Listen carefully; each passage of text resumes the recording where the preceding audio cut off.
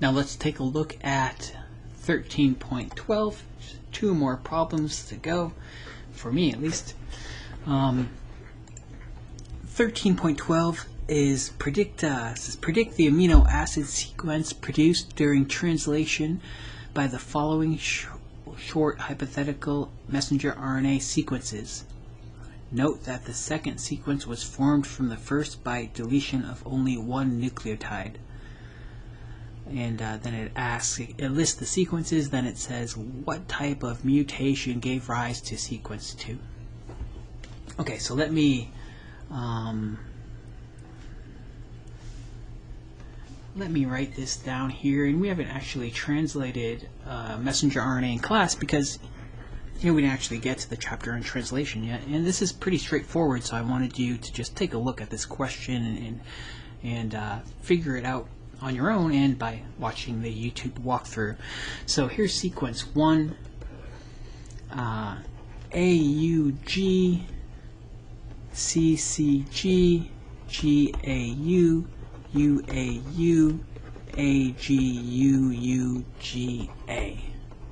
5 prime, 3 prime. Okay, this is a messenger RNA. And we are hypothetical messenger RNAs, okay?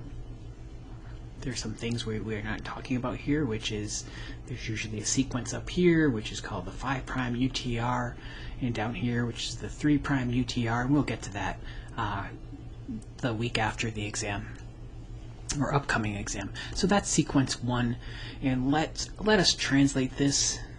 It's pretty easy, right? Let's see, can I paste in? Yes, I can paste that in. Okay, and we're going to start with AUG. We're just going to assume that, well, we need a start codon to start translation, and AUG is the start codon. So now that we know this is the start codon, I can just bracket every 3 bases, and each set of 3 is going to be a codon, the codon, because remember the code's non-overlapping. The genetic code is non-overlapping, and there are no commas. So once we find that first codon, that first AUG, every 3 bases after that are going to be the following codons are made up of every 3 bases after that. So first codon, second codon, third, fourth, fifth, sixth, and this 6 right here, UGA, this is a stop codon. We'll see that in a second. So AUG, see how this is highlighted right here? Well, it's highlighted because that's the start codon. And we can see right here, initiation. They use a fancy word. I don't know why they have to do that. So the start codon, or the initiation codon, codes for methionine. Then let's say CCG, so the next amino acid is going to be CCG. CCG, where are you? Proline, okay. And GAU is going to be the next one. Aspartic acid, I think that's a D. It's one of the strange ones. UAU, the one letter code is a D, I should say. UAU is tyrosine. Tyrosine, I think that's Y. I should probably look these up, but it's probably right. So, well, I'm a 50% chance I'm right. So AGU is serine. I've been known to make mistakes, lots of them actually.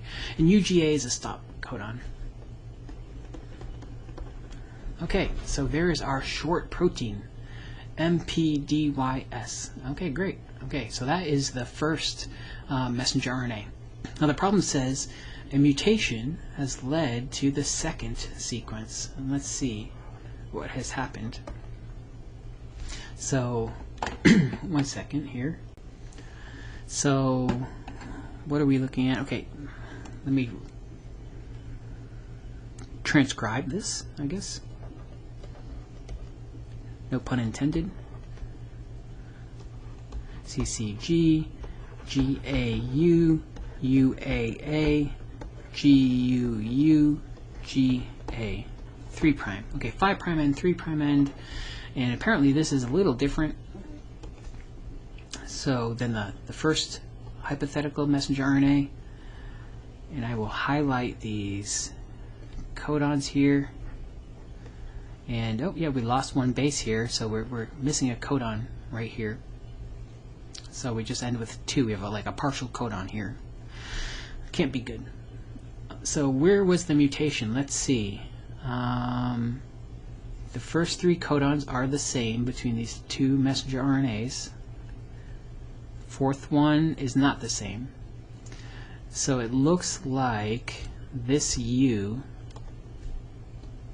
right here was deleted here.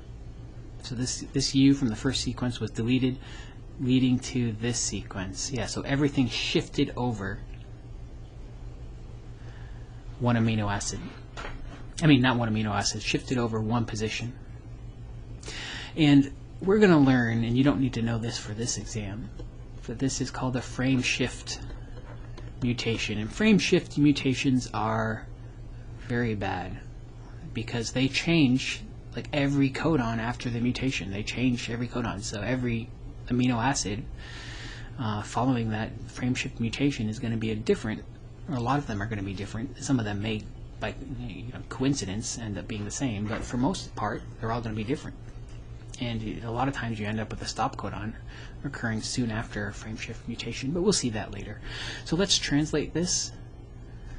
I want to use this pretty purple color here. I have a couple t-shirts of this color, which I particularly like. Okay. I'm not even going to look these up because they're the same. So M, P, D, and then UAA. Okay, we changed here. Let's look up UAA. Stop codon. Okay, so UAA is a stop codon. So we had a frame shift, and now we have a stop here.